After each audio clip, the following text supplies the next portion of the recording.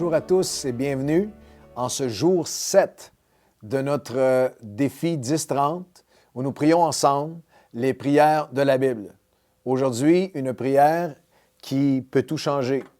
Une prière qui peut signifier la différence entre la mort et la vie, signifier la différence entre une réconciliation et une séparation, signifier la différence entre une vie chrétienne restaurée ou qui s'éteint et signifier la différence entre joie, restauration et bon témoignage et quelque chose qui conduira à la honte et à la douleur, peut faire une différence dans des familles, dans des couples pour des générations à venir. Littéralement, la différence entre une vie qui plaît à Dieu ou une vie qui ultimement s'éloignera de Dieu, une vie qui s'empare de tout ou une vie qui perd tout ce que Dieu avait de préparer pour vous. Alors, c'est une prière extrêmement importante.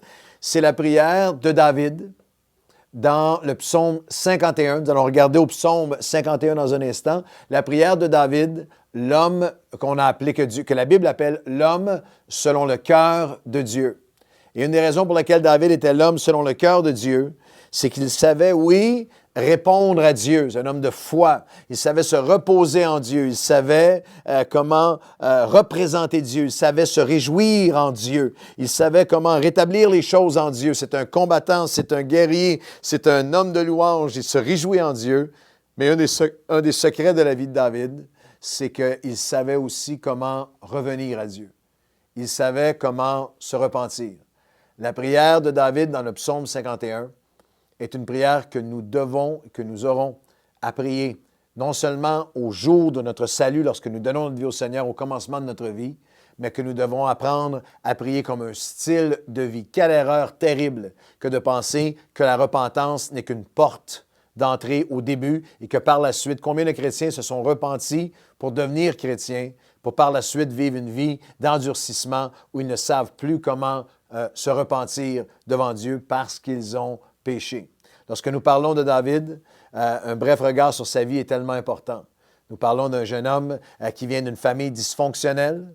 Nous parlons d'un jeune homme qui, nous ne savons pas toutes les raisons, mais qui est maltraité par sa famille. Son père l'envoie comme au champ, l'envoie dans le désert s'occuper des brebis, qui était la tâche qui était habituellement, qui devait être attribuée à des mercenaires qu'on engageait. Et pourtant, c'est son fils. Il l'envoie au danger. David dira qu'il subit des attaques des animaux sauvages, le froid glacial de la nuit et la chaleur torride du jour. Il est seul, il est abandonné. Et lorsqu'il y a une recherche pour le prochain roi en Israël et que l'homme de Dieu Samuel arrive dans la maison du père de David, d'Isaïe, le père de David, il fera défiler devant lui tous ses fils et Samuel dira, n'as-tu pas un autre fils? Oui, j'en ai un autre, il est au champ, mais il est au désert, il n'est rien. Envoie-le chercher. Et lorsqu'on amène David devant Samuel et que Samuel met ses mains sur lui et qu'il déverse l'huile, la corne avec une huile représentant l'approbation, le choix de Dieu et qu'il lui dit, voici maintenant celui que Dieu a choisi, vous pouvez croire que se mêlant à l'huile coulant sur son visage, il y a ses propres larmes ruisselant sur son visage, alors que personne ne m'a connu, tout le monde m'a oublié, Dieu m'a vu. Dieu m'a vu au désert, Dieu m'a appelé, Dieu a entendu mes prières.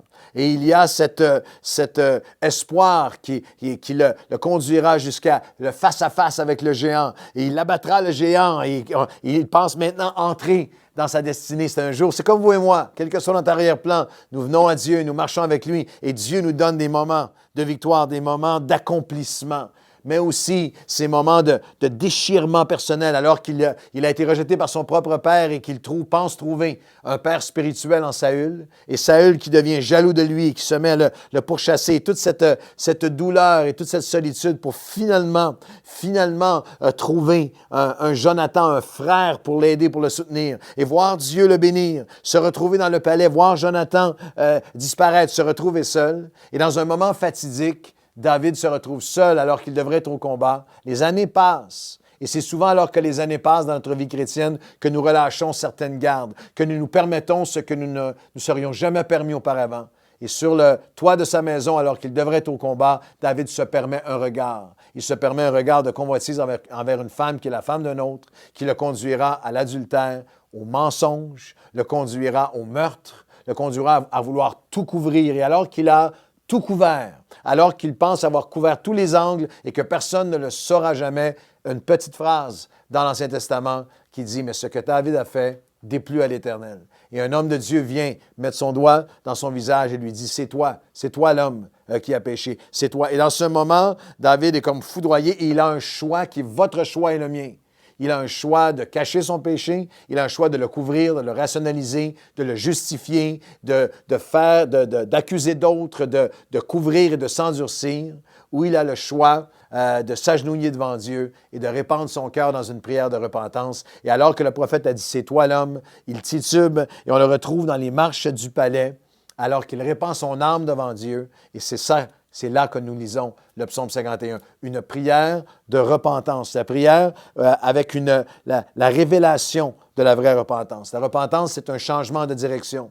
Je change de façon de penser, je change de façon d'agir et j'ai une révélation de mes péchés, de mon état de péché. Il dira dans le psaume 51, « Aie pitié de moi, lave-moi complètement, je reconnais mes transgressions. Mon péché est contre toi, Dieu, contre toi seul, et j'ai fait le mal à tes yeux. » Très souvent, nous avons des remords parce que nous nous sommes fait prendre. Notre péché amène une conséquence, amène un problème, amène un trouble, amène une erreur. Et nous plaidons à Dieu. Parfois, nous allons avoir une certaine compréhension du mal que nous nous faisons à nous-mêmes après qu'on a péché. On a une compréhension parfois du mal qu'on a fait à d'autres. Mais très souvent, nous n'avons pas cette révélation du mal qui est fait à Dieu. Cette révélation que c'est contre Dieu que nous avons péché. Après 30 ans de relations d'aide envers des chrétiens, j'ai réalisé à quel point le péché endurcit, à quel point il rend aveugle au mal que tu fais aux autres, au mal que tu te fais à toi-même et au mal que tu fais à Dieu. Il doit, pour que nous puissions vivre une libération réelle, dans la prière de la repentance, il doit y avoir cette révélation et appeler les choses telles qu'elles sont. Ce n'est pas « je suis moins pire que d'autres, moins pire qu'avant, c'est pas de ma faute, c'est elle, c'est lui, c'est mes parents, c'est mon épouse, c'est les enfants, c'est les circonstances, c'est le monde dans lequel on vit, c'est la situation. » Non. Ce que j'ai, c'est ce que j'ai commis, ce que j'ai fait, ce que j'ai pensé, ce que j'ai dit est péché. Et j'ai cette révélation, il y a un certain refus et une recherche de vraie repentance. Je refuse le superficiel ou le religieux sans intention sincère de changement. Il dira dans le psaume 51, « Mais toi, ce que tu veux, Seigneur, c'est la vérité au fond du cœur. Tu fais donc pénétrer la sagesse au fond de moi. » La véritable repentance, c'est que je recherche plus que d'être pardonné. Je recherche la pureté. Je recherche plus que d'être consolé. Je suis prêt à changer. J'appelle les choses telles qu'elles sont. Que ce soit un péché d'immoralité, que ce soit un comportement d'adultère, de regarder de l'immoralité, que ce soit de la pornographie, que ce soit le mensonge, que ce soit la fraude, le vol, que ce soit la méchanceté, que ce soit de la colère qui vous fait vous détruire ou détruire les autres, que ce soit l'égoïsme, que ce soit, quelle que soit la faute. Il y a cette possibilité extraordinaire de toute la grâce et de la rédemption de Dieu si je viens à cette révélation. Je reconnais, lave-moi et je recherche. Il y a un certain refus. Je refuse juste la superficialité. Je refuse juste, je me suis fait prendre, je vais essayer de minimiser les conséquences. Non, je veux changer. Je suis prêt à arrêter de faire ce que je faisais, de changer de pensée, changer d'action, changer de motivation, changer de conduite, changer même ma nature. Je refuse de minimiser l'impact spirituel du péché sur ma vie. Renouvelle en moi, le psaume 51, un esprit bien disposé. Ne me rejette pas loin de ta face. Ne me retire pas ton Saint-Esprit. Rends-moi la joie de mon salut.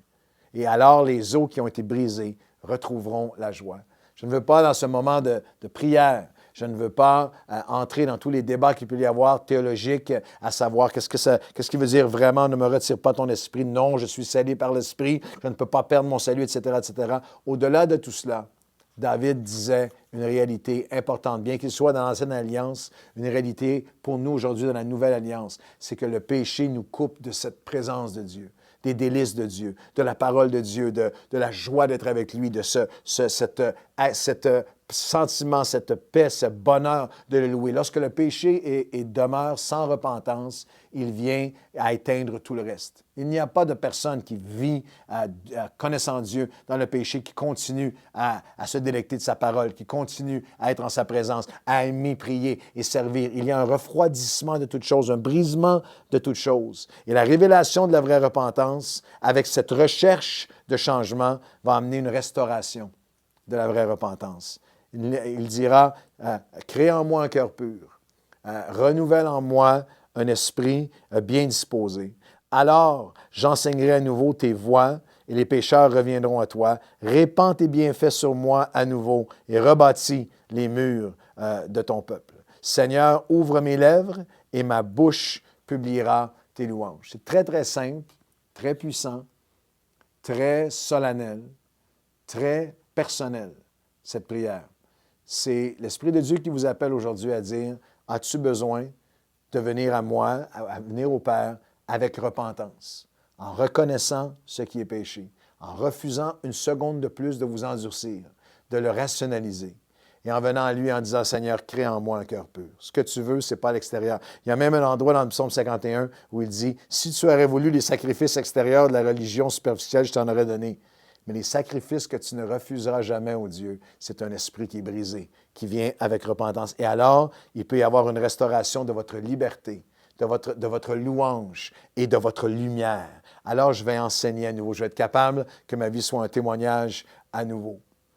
Une des choses que Dieu a fait à notre époque, qui est extraordinaire, et qu'il a fait à toutes les époques, c'est qu'il prend plaisir à ce que des hommes qui ont eu des moments terribles d'erreur, des moments de honte, des moments où ils croyaient que tout était terminé, qu'alors qu'ils se sont repentis devant Dieu, d'une manière hors de toute compréhension et limite, Dieu les restaure et Dieu fait d'eux des témoignages extraordinaires. Un des hommes qui a le plus marqué ma vie est un homme qui s'appelle Chuck Colson, qui est un des auteurs que j'ai le plus lu dans ma vie. Et c'est pourtant un homme qui est apparu sur la scène mondiale pour la première fois avec la honte, avec l'échec et même l'emprisonnement attaché à son nom. C'était un des hommes qui a été trouvé coupable de fraude et de crimes contre l'État à travers le scandale du Watergate en 1972 qui a conduit à ce que le président Nixon doive démissionner, se retirer dans la honte. Et lui, Colson était le bras droit de Nixon et du président américain. Et le pays entier est en honte. Le monde entier regarde avec eux, avec honte. Et lui, qui avait été un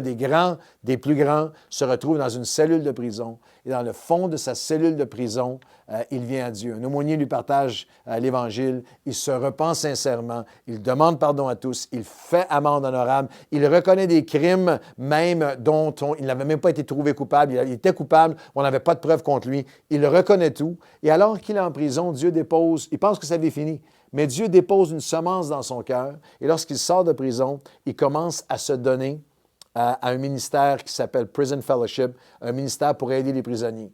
Et sur le prochain 30 ans, il devient une des voix les plus puissantes pour la restauration. Et quelques années avant sa mort, il est décédé il y a quelques années, en 2012, le 21 avril 2012. Et quelques années avant sa mort, il a reçu un prix aux États-Unis donné par une association reliée au gouvernement américain qui s'appelle le Templeton Award, un prix de 1 million de dollars qui est donné à son organisme. Et je vous lis, lorsqu'il a reçu le Templeton, c'était pour sa plus grande contribution à la réhabilitation de plus de 500 000 détenus.